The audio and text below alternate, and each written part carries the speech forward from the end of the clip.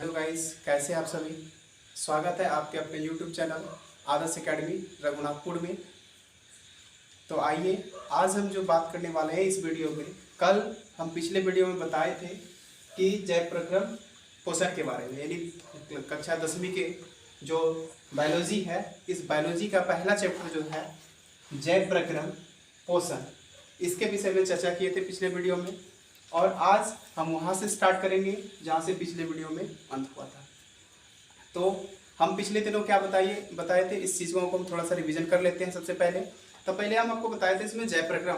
तो जैव प्रक्रम क्या होता है, जो आप लोगों को याद हो चुका होगा कि वे सारी प्रक्रियाएं जिनके द्वारा जीवों का अनुरक्षण होता है वह जैव प्रक्रम कहलाता है। यानी वैसी प्रक्रिया जिसके द्वारा जीवों का अनुरक्षण होता है वह जैव प्रक्रम कहलाता है। अर्थात यानी जिन चीज़ों से हमारे शरीर का मेंटेनेंस होता है उसे हम जैव प्रक्रम कहते हैं। तो कुछ समझिएगा फिर से कि जैसे कि मान लीजिए जैव प्रक्रम में क्या क्या शामिल हो सकता है। हम अपने शरीरों को मेंटेनेंस किस प्रकार से करते हैं, तो हम देखते हैं कुछ भोजन करके जिससे हमारे शरीर को ऊर्जा मिलती है।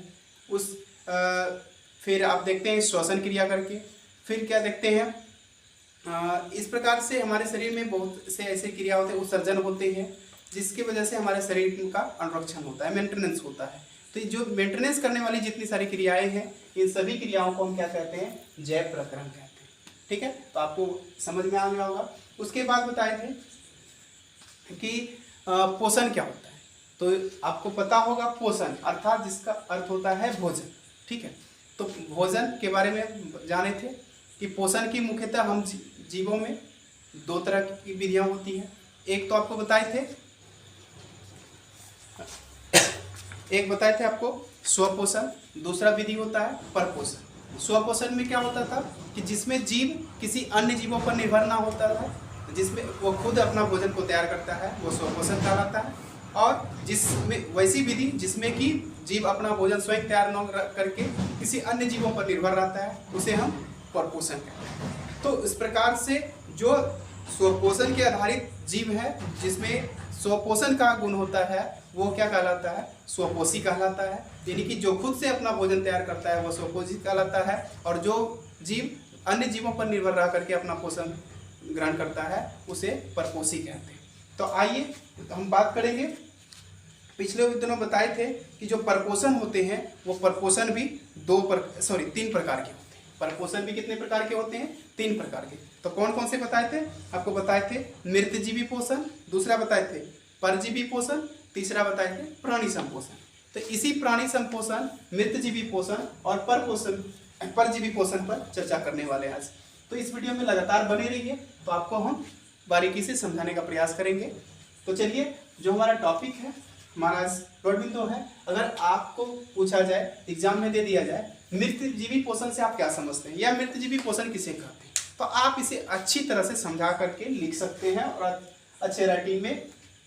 तो देखिए, इसमें सीधी सी बात है कि ये मृतजीवी पोषण आपको इसी शब्दों से ही समझ में आ रहा होगा कि मृतजीवी अर्थात कि वैसा जीव जंतु जो क्या करता है, मृत जंतुओं या पेड़ पौधों के शरीर से जो अपना भोजन प्राप्त करता है। अर्थात देखिए, मरे हुए चीजों से, जैसे हम देखते हैं कि गाय या एनीथिंग कोई भी जानवर या पेड़ पौधे मर जाते हैं, उसे कई कीड़े मकोड़े मिल करके उसे क्या करते हैं, खाते हैं। तो वही हमारा क्या कहलाएगा, मृतजीवी। ठीक है, तो इसलिए याद रखेंगे इस प्रकार के पोषण में क्या होता है, यानी मृतजीवी पोषण में क्या होता है कि मृतजीवी पोषण में जीव मृत जंतुओं और पौधों के शरीर से अपना भोजन अपने शरीर की सतह से घुलित कार्बनिक पदार्थ के रूप में, यानी कि हम अपने शरीर में जो लेता है वो छोटे छोटे जीव जंतु, वो किस रूप में, घुलित कार्बनिक पदार्थ के रूप में।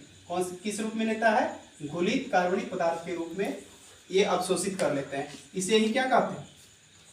तो जिन जीवों के द्वारा ये प्रक्रिया होती है, जिन जीवों में ये प्रक्रिया होती है, उसे क्या कहते हैं, मृतजीवी कहते हैं। उसे क्या कहते हैं, मृतजीवी कहते हैं। तो हमने यहाँ पे आपको बता दिए, मृतजीवी को अपघटक भी कहा जाता है। अब बोलोगे अपघटक क्यों कहा जाता है, तो अपघटक देखिए, हम देखते हैं जब कोई भी जंतु मरता है तो उसे जो मृतजीवी जीव होते हैं वो मृतजीवी क्या करते हैं, उसको अवशोषित कर देते हैं, घट जाता है, उसको सड़ा देता है, गला देता है, इसलिए उसे क्या मृतजीवी को अपघटक कहते हैं। दूसरी बात अगर बात करें, इंपॉर्टेंट वाली बात है कि मृतजीवी पोषण, जिस जीवों में मृतजीवी वाला पोषण का विधि होता है ऐसे जीव को मृतजीवी कहते हैं। ऐसे जीव को क्या कहते हैं? मृतजीवी कहते हैं। तो याद रखेंगे, मृतजीवी पोषण करने वाले जीव मृतजीवी कहलाते हैं। मृतजीवी पोषण करने वाले जीव क्या कहलाते हैं? तो मृतजीवी कहलाते हैं। आइए अगला टॉपिक है, अगला देखेंगे कि अनेक कवकों, कवक तो आपको पता होगा कि कवक, बैक्टीरिया और कुछ ऐसे प्रोटोजोआ हैं जिसमें इसी विधि के द्वारा अर्थात मृतजीवी पोषण के द्वारा ही इसमें पोषण होता है।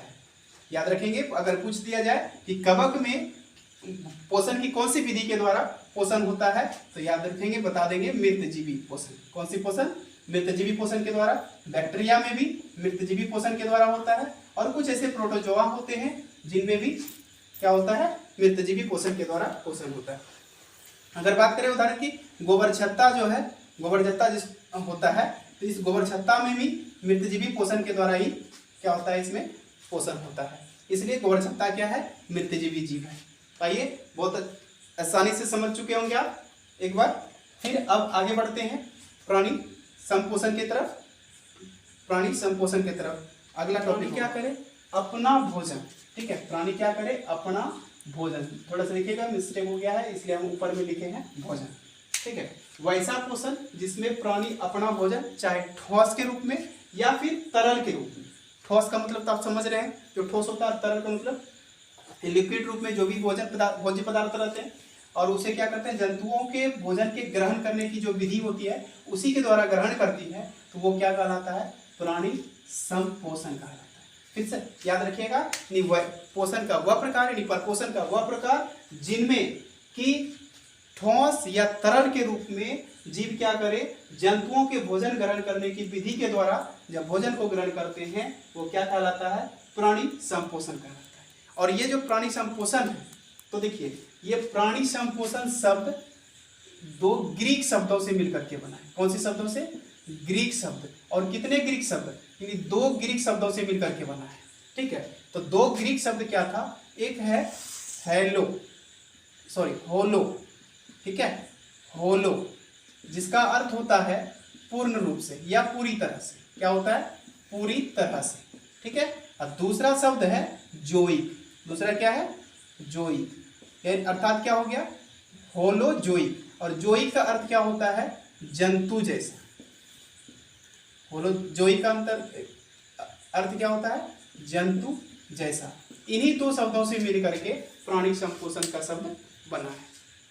तो देखिए, जो होलो का अर्थ हो गया पूरी तरह से अर्थात पूर्ण रूप से, या जोइक का अर्थ होता है जंतु जैसा।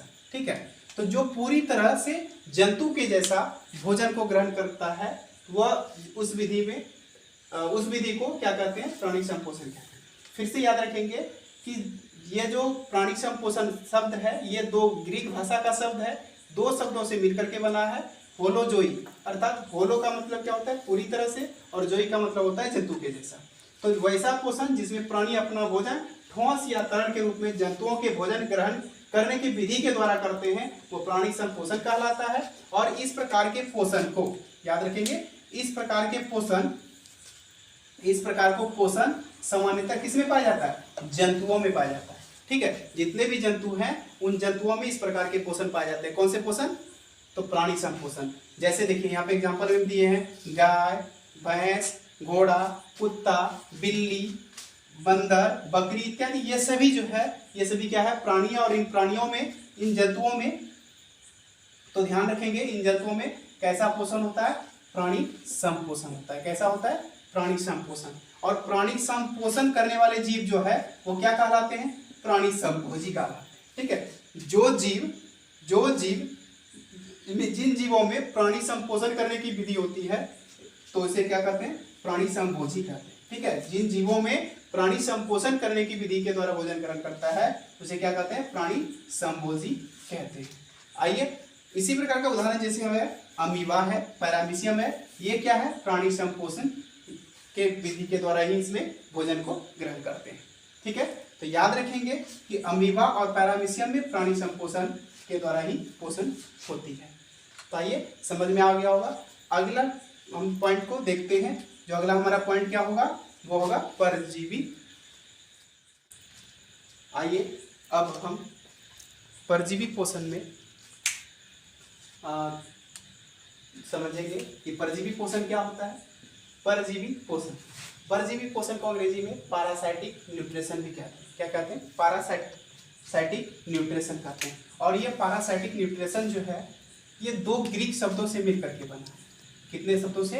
2 ग्रीक भाषा के शब्दों से मिलकर के बना है। जैसे पारा, जिसका अर्थ होता है पास या बगल, और दूसरा होता है साइटोस, जिसका अर्थ होता है पोषण। ठीक है, तो ये 2 ग्रीक शब्दों से मिलकर के बना है पैरासाइटिक न्यूट्रिशन। पारा का अर्थ होता है पास में अर्थात बगल में, और फिर साइटोस का मतलब होता है पोषण अर्थात भोजन। जो पास में यानी बगल में भोजन हो उसे क्या कहता है? पैरासाइटिक कहते हैं। आइए, अब ये होता क्या है परजीवी पोषण? तो इसमें क्या होता है, इस प्रकार के पोषण में जीव किसी अन्य प्राणी, ठीक है, कोई छोटा जीव किसी अन्य प्राणी के शरीर में रह करके, ठीक है, चाहे वो संपर्क में रह करके अस्थिर से हो या फिर अस्थिर रूप में। अर्थात जैसे कि एग्जांपल में हम आपको बताएं, किसी आदमी के माथे में यानी बाल में जू हो जाता है, अर्थात जिसको ढीला बोलते हैं। ठीक है, तो वो जू क्या है, वो अस्थायी रूप से या अस्थायी रूप से है। तो वैसा ही बात इसमें बताया गया कि जो अस्थायी या अस्थायी रूप में रह करके उससे अपना भोजन प्राप्त करता है। ठीक है, किसी अन्य जीवों के शरीर में संपर्क में रह करके अस्थायी रूप से या फिर अस्थायी रूप से वो उससे अपना भोजन प्राप्त करता है, वो क्या कहलाता है? परजीवी पोषण कहलाता है। क्या कहलाता है? परजीवी पोषण कहलाता है।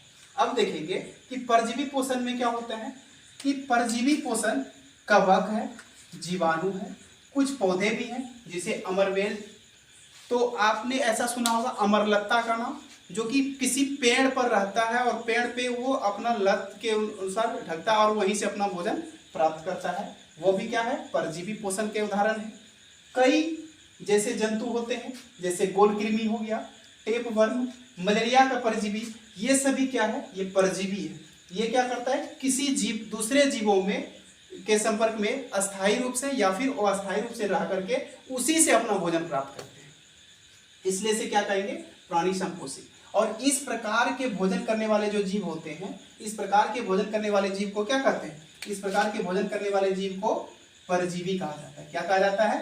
परजीवी कहा जाता है। और परजीवी के द्वारा ग्रहण भोजन सामान्य रूप से कैसा होता है? तरल रूप में होता है। जैसे अर्थात आपको समझ में आया होगा कि जैसे आपको हमने बताया कि किसी के माथे में यानी किसी के बाल में जो ढीला होता है, वो ढीला हमारे माथे से कार्बनिक पदार्थ के रूप में ग्रहण करता है अपना भोजन, और वो क्या करता है? तरल रूप में रहता है। क्या चूसता है माथे से? वो खून चूसता है। वो जो खून है वो भी क्या है? तरल रूप में है। इसलिए उसे क्या कहा जाता है कि परजीवी जो होते हैं वो सामान्यतः तरल रूप में अपना भोजन ग्रहण करते हैं, अर्थात कार्बनिक पदार्थों का ग्रहण करते हैं।